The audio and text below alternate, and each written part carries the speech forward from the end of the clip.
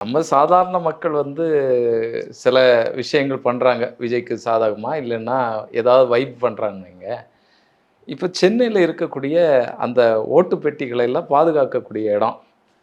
அங்க சூப்பர்வைசர் பார்க்கக்கூடிய ஒரு நபர் வந்து லேப்டாப்ல ஜனநாயகன் திரைப்படத்த பார்க்குறாரு. பார்த்திருக்காரு மட்டும் அத கிடையாது, வீடியோ அத எடுத்து அவரே வீடியோ எடுத்து சோசியல் மீடியால போட்டுருக்காரு. அப்ப எவ்வளவு பெரிய முட்டாள்னு பாருங்க.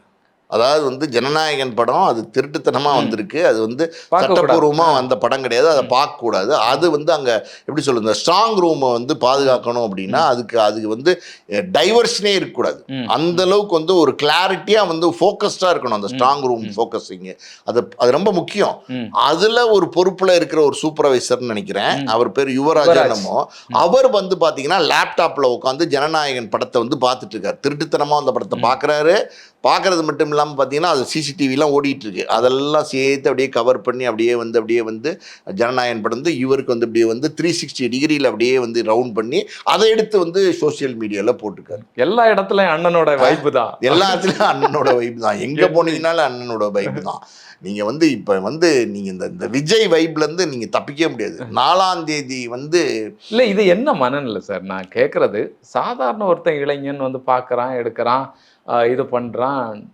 பெரிய ஆட்களும் ஒரு கல்வி கற்று ஒரு முக்கியமான இடத்துல இருக்கக்கூடிய நபர்களுக்கும் இந்த அளவுக்கு மூளை மழுங்கி போச்சா அப்படிங்கிற கேள்வி. நம்ம தான் வந்து சரியாக வழி நடத்தலையோன்னு தோணுது சார். ஆசிரியர்கள்லேருந்து பெற்றோர்கள்லேருந்து எல்லாருமே வந்து சரியாக இந்த சமுதாயத்தினரை, இந்த தலைமுறையினரை வந்து நம்ம சரியாக வழி நடத்தலையோ அப்படின்னு என்ன தோணும். இந்த தலைமுறையே பார்த்தீங்கன்னா ஒரு மாதிரி வைப்புக்கு மூடில் தான் இந்த தலைமுறையே இருக்காங்க. டோட்டலாக பார்த்தீங்கன்னா அவங்க எல்லாமே பார்த்தீங்கன்னா இன்றைக்கி வந்து இந்த செல்ஃபோன் வந்ததுக்கப்புறம் இந்த இன்டர்நெட்டு, இந்த யூடியூப்பு, இந்த எக்ஸ் தளங்கள், இந்த மாதிரி சோஷியல் மீடியா இருக்குது பார்த்தீங்களா, அந்த இன்ஸ்டா, இதில் தான் அவங்க வந்து இருக்காங்க. நீங்கள் பாருங்களேன், இது இப்போ நீங்கள் இது வந்து எப்படின்னா ரயில் வர்றதுக்கு முன்னாடி எடுத்து செல்ஃபி எடுத்து போடணும்னு எத்தனை பேர் துண்டு துண்டா ஆனது பார்த்துருக்கோம். கடலில் போய் வந்து அப்போ பாறை மேலே உச்சியில் நின்று எத்தனை பேர் பார்த்துருக்கோம். அதாவது வந்து ஆற்றுல குளிக்கும் போது எத்தனை பேர் செல்ஃபி எடுக்கிறோம் பட் ஆற்றோட போனதை பார்த்துருக்கோம். இதெல்லாம் வந்து நீங்கள் எங்கே பார்த்தீங்க? நம்ம ஜென்ரேஷனில் இருந்துச்சா? ஸோ அந்த ஒரு மாதிரியான ஒரு மனநிலையில் இன்னைக்கு இருக்கிற ஜென்ரேஷன், குறிப்பாக இந்த 2000க்கு அப்புறம் பிறந்த ஒரு குரூப் இருக்காங்க பார்த்தீங்களா, 2K அண்ட் ஜென்சி, அவங்க வந்து டோட்டலாகவே வந்து இந்த மாதிரியான ஒரு மனநிலையில் இருக்காங்க. அதுக்கு மெயினான ஒரு காரணம் என்னன்னா இந்த கையில் இருக்கிற செல்போன். இத்திரூண்டு செல்போனு எல்லா விதத்துலையும் வந்து அவங்கள டிஸ்ட்ராக்ட் பண்ணுது. அவங்களுடைய படிப்புல இருந்து எல்லாத்துலேயும் டிஸ்டர்ப் பண்ணுது. ஒரு காதலா அதுக்கு செல்போன் தான், ஒரு பக்தியா அதுக்கு செல்போன் தான். எல்லாமே செல்போன்ல இருக்கும்போது அதில் தான் நீங்கள் வந்து அதிகமாக கான்சென்ட்ரேட் பண்ணுறீங்க. வைப் பண்ணணும் அப்படிங்கிற ஒரு இது, அந்த கல்ட் ஃபீலு, அந்த கல்ட் மூடு அவங்களுக்கு இருக்குது. நீங்கள் நான் சொன்னதெல்லாம் தான் உதாரணம். ஸோ அப்படி இருக்கும்போது இதை வந்து பெற்றோர்களால் தடுக்க முடியல. இனிமே அதை தடுக்க முடியாது. நீங்கள் எப்படி வந்து ஒரு 10th படிக்கிற மாணவர்கிட்ட வந்து செல்ஃபோன் இல்லாமல் பிடுங்க முடியாது. பிடுங்கினா என்ன ஆகும்? வைப் ஆயிடுவான். அதாவது வந்து ஓவராக வந்து எக்ஸ்போஸ் ஆனான்னு வச்சுக்கோங்க, பைத்தியம் ஆயிடுவான். ஸோ பல பெற்றோர்கள் வந்து இன்னைக்கு வந்து பிள்ளைங்களை வந்து கவனிக்க முடியாமல், பார்க்க முடியாமல், கண்ட்ரோல் பண்ண முடியாமல், அவங்களுடைய பிள்ளைங்களோட வளர்ப்பு எப்படி இருக்குன்றது வந்து தெரிஞ்சும் அதை கண்டும் காணாமல், இல்லை நம்ம ஏதாவது சொன்னோம்னா வேற ஏதாவது முடிவு எடுத்துருவானோ, வேற ஏதாவது முடிவு எடுத்துருவானோ அப்படிங்கிற மாதிரி ஒரு பயத்திலையும் நடுக்கத்திலையும் தான் இன்னைக்கு பெற்றோர்கள் இருக்கிறாங்க. ஸோ இது வந்து எப்படின்னா சார், இது நடிகனை ஒர்ஷிப் பண்ணுறோம் பார்த்தீங்களா, சினிமா நடிகனை நம்ம வந்து ஒர்ஷிப் பண்ணுறது நம்ம காலங்காலமாக செஞ்சுட்டு வரோம். அது தப்பு. அதாவது நீங்கள் வந்து பார்த்தீங்கன்னா இன்னைக்கு ஒரு அப்பாவாக இருக்கிறவர் ரஜினிகாந்தோட ரசிகராக இருந்திருப்பாரு, பையன் விஜயோட ரசிகராக இருக்காரு, அவரோட பையன் நாளைக்கு பிரதீப் ரங்கநாதனுடைய ரசிகராக வருவான். ஸோ இது அப்படியே வந்து தொடர்ச்சி. அதை உடைக்கணும், அதை முறியடிக்கணும். அது வந்து இந்த சினிமா நடிகர்கள் அப்படின்னும் போது சொல்லி கொடுக்கணும். இவங்கெல்லாம் வந்து திரையில் நடிக்கிறவங்க, இவங்க பண்ணுற ஆக்ஷன்லேருந்து, இவங்க துப்பாக்கி சுடுறதுலேருந்து எல்லாமே போய் இவங்க ஜாக்கி சான் மாதிரி நடிக்கிறது நடிப்பு, இவங்க வந்து ஒரு ஸ்பைடர்மேன், பேட்மேன், சூப்பர்மேனாக நடிக்கிறது நடிப்பு அப்படிங்கிறத வந்து நம்ம சொல்லி கொடுக்கணும். நீங்கள் வந்து பார்த்தீங்கன்னா ஏதோ ஒரு சீரியல் வந்துட்டு இருந்துச்சு, இந்த அனுமானா ஏதோ ஒரு சீரியல் வந்துச்சு, சக்திமான். அந்த சக்திமானுக்கு எப்படி ஒரு குரூப் இருந்தாங்க தெரியுங்களா, அந்த சக்திமானை வந்து பார்க்காம துடிப்பாங்க. ஐயோ அப்படின்ற மாதிரி துடிப்பாங்க பார்க்கலன்னா. அப்படி இளைஞர்கள் இருந்தாங்க. அப்பவே நம்ம வந்து இதை கண்டறிஞ்சு ஆஹா இது தப்பா போறாங்க பசங்க அப்படிங்கிறத முளையிலேயே கிள்ளி எறிகிற வேலையை நம்ம செஞ்சிருந்தோம்னா இன்னைக்கு இது நடந்திருக்காது. இப்போ கூட ஒன்றும் லேட் இல்லை. ரஜினியை வந்து வர்ஷிப் பண்ணிட்டோம், விஜயை வர்ஷிப் பண்ணிட்டோம். இனி பிரதீப் ரங்கநாதனோ இல்லை பிரதீப் ரங்கநாதன் மாதிரி வேற ஒருத்தர் வரதான் செய்வான். அவனை வந்து நம்ம வழிபடுறதுங்கிறது தவறு. அவன் நடிகை மட்டும்தான். அவனை வந்து தலைவனா நினைக்கிறதோ அவனை வந்து பின்பற்றுறதோ தவறுங்கிறத நம்ம வந்து நம்மளுடைய குழந்தைங்களுக்கு சொல்லிக் கொடுக்கணும். நம்மளுடைய பிள்ளைங்களை நம்ம வழி நடத்துறது எஜுகேட் பண்ணணும். இந்த பங்கு பெற்றோர்களுக்கு, ஆசிரியர்களுக்கு, சமுதாயத்தில் டாக்டர்லேருந்து இன்ஜினியர்லேருந்து முக்கிய பொறுப்பில் இருக்கிறவங்க, அரசியல்வாதிகளுக்கு, அரசியல் தலைவர்களுக்கு, இன்னும் சமுதாய பொறுப்புள்ள எல்லாருக்குமே இது இருக்குன்னு எடுத்து ஒரு கூட்டாக இருந்து செஞ்சால் தான் இதை வந்து நம்ம ஜெயிக்க முடியும். இது சாதாரணமாக ஜெயிச்சிட முடியாது. இது எப்படின்னா இந்த கோளாறு மனதளவில் ஏற்பட்ட கோளாறு இல்லை, மூளையில் ஏற்பட்ட கோளாறு. சேஞ்ச் ஆயிடுச்சு. இன்னைக்கு ஜென்ரேஷனே சேஞ்ச் ஆயிடுச்சு. நீங்கள் ஒரு காலத்தில் வந்து பழைய சோறும் பச்சை மிளகாவும் வெங்காயம் இருந்தால் போதும்னு சாப்பிட்ட உணவு சத்தான உணவாக இருந்துச்சு. கேப்பங்கஞ்சி, ராகி அதுன்னு சாப்பிட்டோம். அதுக்கப்புறம் பார்த்தீங்கன்னா சாப்பாடு, கறி குழம்பு, மீன் குழம்புன்னு சாப்பிட்டோம். இன்னைக்கு பசங்க வந்து பார்த்தீங்கன்னா பர்கரு, பிஸ்ஸா, இந்த கோழி, இந்த கிரில்டு சிக்கனு, தொங்க விடுறான்ல ரவுண்டா அந்த சிக்கனு, அந்த mayonnaise, French fries, cool drinks, Pepsi, Coke, டிசைனாக கூல் பார்க்கறதுக்கு நல்ல ஸ்டைலாக. ஆமாம், இதை தானே நீங்கள் இன்றைக்கி விரும்புகிறாங்க, இதை தானே இன்றைக்கி சாப்பிட்றாங்க எல்லாருமே. நான் யாரையுமே இப்போ என் பையன் எடுத்துக்கிட்டிங்கன்னா இதை தான் விரும்புகிறான். ஒன்றும் பண்ண முடியலைங்கிறது உண்மை, பண்ண முடியாதுங்கிறது உண்மை, உடனே பண்ண முடியாது அப்படிங்கிறது உண்மை. அதை வந்து எப்படின்னா கொஞ்சம் கொஞ்சமாக நம்ம வந்து மெருகேற்றி அவங்க மனசுக்குள்ளே வந்து இருக்கிற நச்சு இருக்குது பார்த்தீங்களா, அதை வந்து கொஞ்சம் கொஞ்சமாக வெளியில் எடுக்கணும். அந்த பாய்சனை வந்து நீங்கள் வெளியில் எடுக்கணும். எடுத்தாதான் இந்த சமுதாயம், அடுத்து வரப்போகிற சமுதாயம், அடுத்து வரப்போகிற இளைஞர்கள் தலைமுறை, ஒரு நாட்டு இளைஞர்கள்ட்ட தான் இருக்குது ஒரு நாடே. அதை வந்து நம்ம வந்து ஒழுங்குபடுத்த முடியும், நெறிப்படுத்த முடியும், சரிப்படுத்த முடியும். இல்லை, இதில் இந்த திரைப்பட விஷயங்கள் பேசும்போது சில நடிகர்கள், அஜித் சார் மாதிரியான சில நடிகர்கள், விஜய் சேது மாதிரியான சில நடிகர்கள் வந்து ரொம்ப ஒரு மெச்சூர்டாக வந்து நடந்துக்கிறாங்க.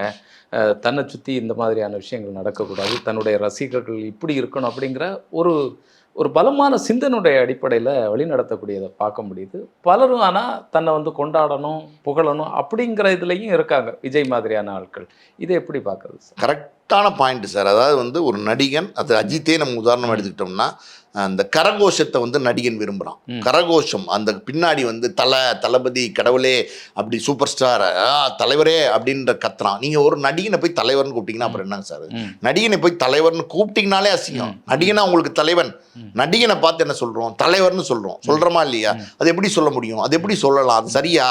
100க்கு 100 வந்து பொய். ஏன்னா வந்து நடிகன் வந்து அரிதாரம் பூசிக்கிட்டு மக்களை ஏமாத்துறதுக்கு கோமாளி வேஷம் போடுறவன் தான், திரையில் வந்து வேஷம் போடுறவன் தான்.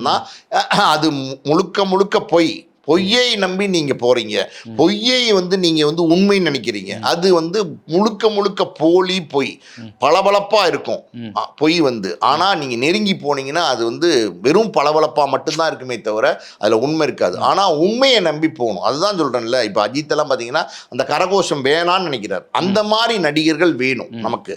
அந்த மாதிரி மக்களை வழிநடத்தக்கூடிய நடிகர்கள் வேணும். சரியா சொன்னீங்க.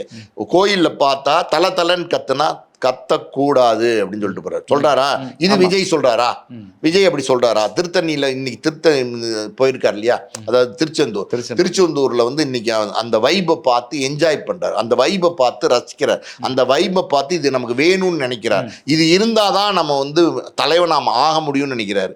அது வந்து உங்களுக்கு ஒரு மாதிரி வந்து மனசுக்குள்ள ஏற்படுற டிஸ்ட்ராக்ஷன். நீங்க வந்து நீங்களே உங்களை தலைவனான்னு நினைக்கிறீங்க. ஒரு உண்மையான தலைவன் அவனோட எல்லா ஆளுமைகளும் இருக்கக்கூடியவனா, ஒரு கூட்டத்துக்கு வழி நடத்தக்கூடியவனா இருக்கிறவன் தான் உண்மையான தலைவன். அது தகுதி இல்லாதவன் நீங்க என்னதான் போலித்தனமா நீங்க உங்களை தலைவன் நினைச்சா கூட அந்த பிம்பம், அந்த கட்டமைப்பு அது உடையும். இப்ப பாருங்க 4ஆம் தேதி டிவிக்கே அந்த ரிசல்ட்ஸ் அது உடைய போது உயரத்தில் இருக்காங்க, வானத்தில் இருக்காங்க, அவங்க அங்கிருந்து கீழே விழுவ போறாங்க. ஸோ அடி பலமா படப்போகுது. அதுதான் உண்மை. இல்லை, மக்களை நினைச்சாதான் ரொம்ப கஷ்டமா இருக்கு. சோசியல் மீடியால எல்லாம் அவங்களுடைய பிள்ளைகளை பாதுகாப்பா வச்சுக்கோங்க, தயவு செய்து விஜய் ரசிகர்கள் தப்பான முடிவு எடுத்துடாதீங்க அப்படின்னு சொல்லி போஸ்டர் எல்லாம் போயிட்டு இருக்கு. உங்களுக்கு ஏதாவது ஆலோசனை வேணும்னா கேளுங்க, தற்கொலை முயற்சிகளுக்கு எங்கே போகாதீங்க அப்படிங்கிற மாதிரி அந்த இதெல்லாம் இது ஒரு எலெக்ஷனில் வர வேண்டிய ரிசல்ட். ஒரு படிக்கும்போது 10th 12th ரிசல்ட் வரும்போது இந்த மாதிரி பதட்டப்படுவாங்க பேரண்ட்ஸ். ஐயோ ஃபெயில் ஆகிட்டான்னா ஏதாவது தப்பான முடிவு எடுத்துருவானா அப்படின்ட்டு கூட இருந்து கண்காணிப்பாங்க. நடக்கும், பல நேரங்களில் 1-2 நடந்திருக்கு. ஆனால் மெஜாரிட்டியாக பாருங்கள், ஒரு தேர்தலுக்கு வரப்போகிற முடிவுக்கு பிள்ளைங்களை நம்ம பாதுகாக்க வேண்டியிருக்கு. நம்ம பிள்ளைங்களை நம்ம பாதுகாக்க வேண்டியிருக்கு. எங்கே நம்ம பிள்ளைங்க நம்ம கையை விட்டு போயிருமோன்னு ஒரு பதட்டமும் பயமும் பெற்றோர்களுக்கு இருக்குது. ஸோ இது என்ன மாதிரியான ஒரு தலைமை அப்படிங்கிறத எனக்கு கேள்வி. அந்த மாதிரி வந்து நடிகர்கள், நீங்கள் அஜித்தை சொன்ன மாதிரி பார்த்தீங்கன்னா, அதை விரும்பாத ஒருத்தனா, அது வந்து பண்ணக்கூடியவங்களை எதிர்க்கிற ஒருத்தனா, அந்த இடத்துல சுட்டி காட்டுற ஒருத்தனா, அந்த பண்போட வந்து நடிகன் வரணும். அந்த பண்போட இருக்கிற நடிகன் அவன் வந்து அரசியல் ஆர்வத்தில் வந்து அரசியலுக்கு வந்தான்னா அவன் வந்து கூட்டத்தை வழி நடத்துவான். இப்போ நீங்கள் அஜித்தே எடுத்துக்கணும். அஜித்தை பாராட்டிலாம் சொல்ல வரல.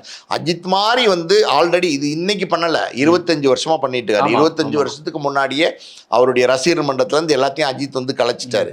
அவர் வந்து நடிகன் நான், என்னை வந்து அதுக்கு மேலே கொண்டாடாதுங்கிறார். என்னுடைய கூட்டத்தை பார்த்திபன் சொல்லியிருக்காருன்னு நினைக்கிறேன். அதாவது வந்து அஜித் வந்து எப்போவுமே வைபு மோடு கொண்டு போக மாட்டார், தனக்காண்டி சுயநலத்துக்காண்டி அந்த கூட்டத்தை பயன்படுத்த மாட்டார் அப்படின்னு சொல்லியிருக்காங்க. உண்மைதான். அதாவது அதுதான் அஜித் வந்து ரசிகர் மன்றத்தை கலைச்சதுக்கு காரணம். அது வந்து நம்ம நடிக்கிறோம், காசு வாங்குறோம், நம்மளோட தொழில், அது மற்றவர்களை தொந்தரவு பண்ணக்கூடாது. குறிப்பாக யார் சார் ஒரு நடிகன் பின்னாடி வந்து ரசிகர் மன்றம் வச்சுட்டு போவான்? இளைஞன் தான் போவான். 16 வயசு 18 வயசு 20 22 வயசு பையன் தான் போவான். 45 50 வயசு ஆளா ஒரு நடிகன் புதுசாக உதயமாகும் போது அவன் பின்னாடி ரசிகர் மன்றம் வச்சுட்டு போகிறான். ஸோ அந்த இளைஞனை வந்து நம்ம வந்து தவறான வழியில் பயன்படுத்தக்கூடாது, அவனுடைய எதிர்காலத்தை வேஸ்ட் பண்ணக்கூடாது அப்படிங்கிறதுனால தான் அஜித் வந்து வேணாங்கிறார். அப்படிப்பட்ட நடிகன், அந்த நடிகன் தலைமைக்கு வந்தான்னா, நான் மறுபடியும் சொல்கிறேன், நடிகர்கள் வர்றதை நம்ம வந்து எதிர்க்கவே கிடையாது. நீங்கள் நடிகராக இருக்கிறது ஒரு காலத்துக்கு அப்புறம் நீங்கள் மக்களுக்கு